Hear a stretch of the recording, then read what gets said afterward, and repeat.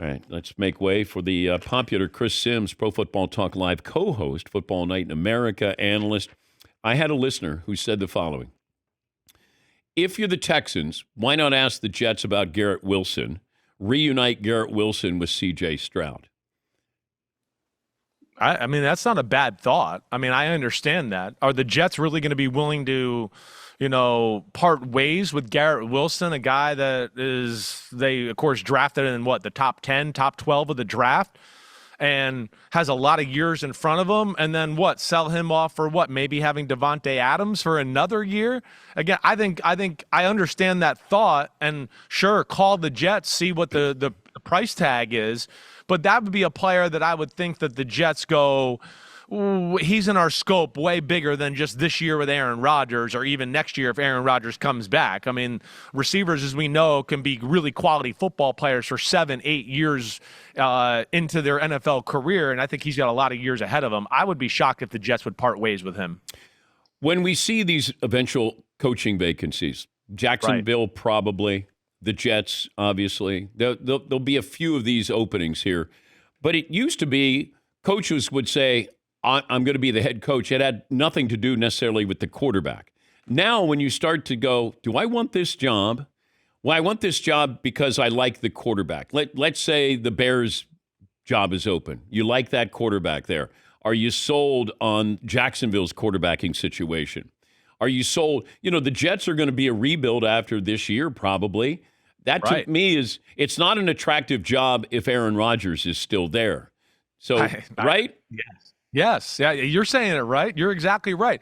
I don't think anybody's going to want to go, oh, wait, I want to be the head coach, a first-time head coach, and then, go to the New York Jets and basically have to bow down to Aaron Rodgers for a full year, and then him say, okay, I'm out of here, I'm retiring, and then it's like, okay, wait, now I get to implement what I want to do, and now we got to find a quarterback and all that. Now, the problem is, and you know this, there's only 32 of these jobs out there, and there's more candidates than jobs open, more years than not, to where, hey, at some point you just got to go, okay, the Jets are offering me. I'm not going to get one of these other jobs and I'm going to take it. But yeah, there's definitely would be, I think, hesitation with anybody out there about the Jets situation. There's a lot to like about that roster, but yeah, you'd want to know what Rodgers is going to do in the future and, what their plan is at quarterback for the future. Jacksonville, that's an interesting one. There's pieces there.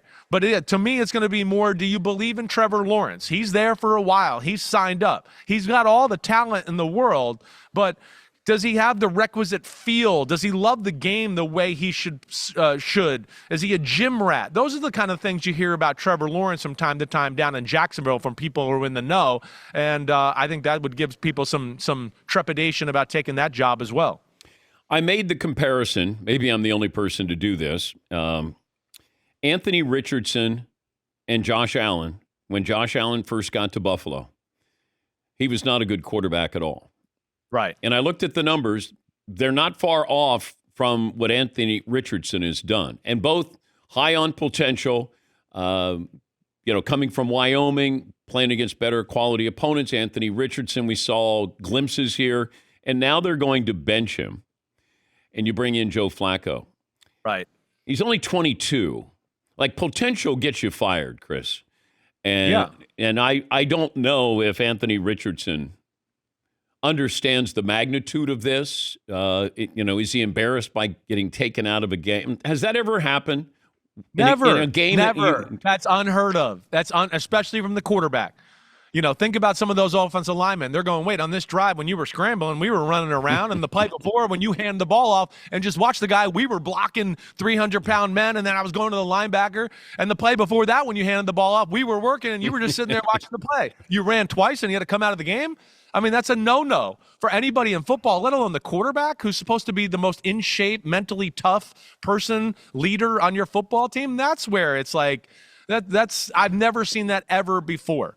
And there's no excuse for that. There's not.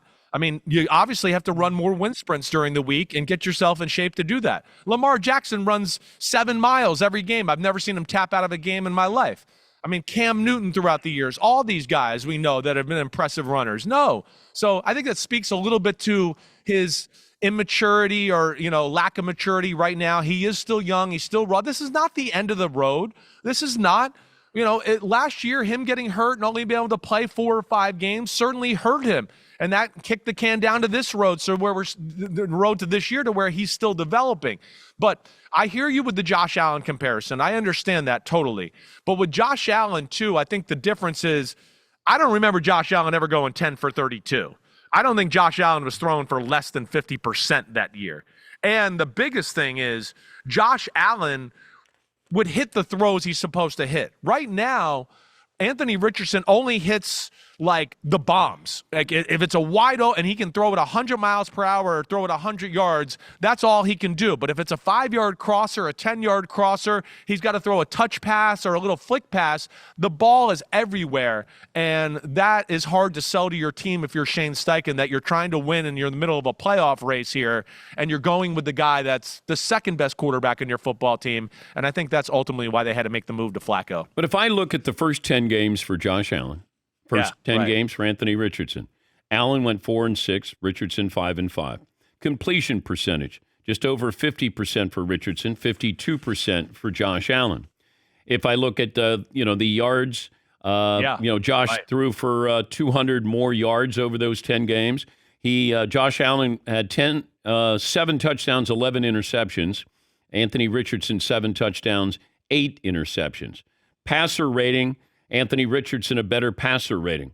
I know. I think it's about what's there to be had. That's the biggest thing, right?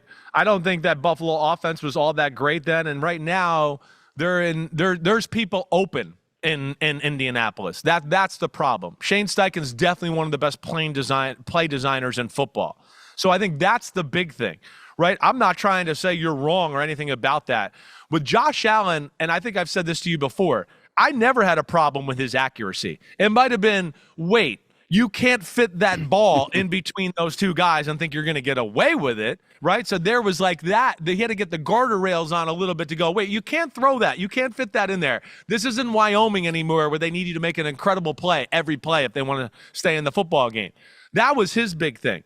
Anthony Richardson, the problem is you're seeing wide open receivers and you're going, the guy couldn't even get his hand on the football, or it wasn't even in the screen. And I think that's where it's a little bit different. I'm big on, this from when I do my quarterback stuff, on what's there to be had, right? And I think he's leaving a lot of yards on the field as far as what's there to be had for that offense in Indianapolis. Could you see Deion and Shedeur as a package deal? Ooh, that's interesting. I hadn't thought about it as a package deal. I think Deion Sanders is made for the NFL more than he is college football. That would be my first assessment, right? Deion doesn't want to recruit and do that stuff.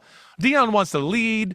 He wants to get the guys ready. He wants to walk in the meeting room and go, we can't do this. That's stupid, and this. Let's do that, and that. And then you guys figure out how to do all that. But I watch the film, and I'm an overseer, and I know we got to do that to win the game.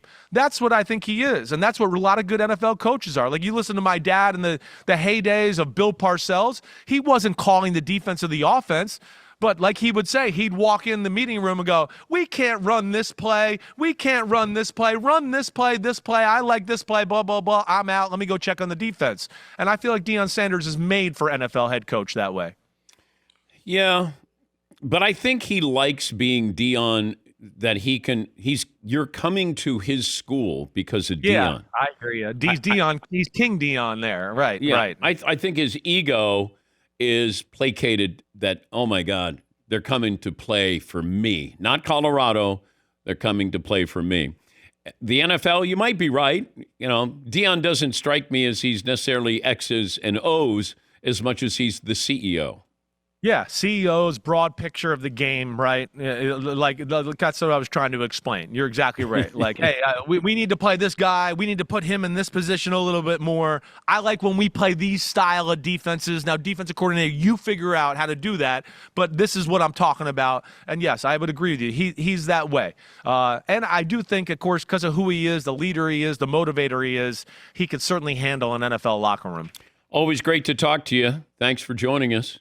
Hey, thanks, man. I appreciate it. It's been a little while. I missed you. Tell the guys I said hi, all right? I will. Chris Sims says hi, guys. Hi, Chris. Hello, Chris. Hey, What's going on, man? Yeah, Hey. that's Chris saying hi. Yes. Pro Football Talk Live co-host, NBC Football Night in America analyst. We'll take a break. Got phone calls coming up. And we're back after this in the Dan Patrick Show.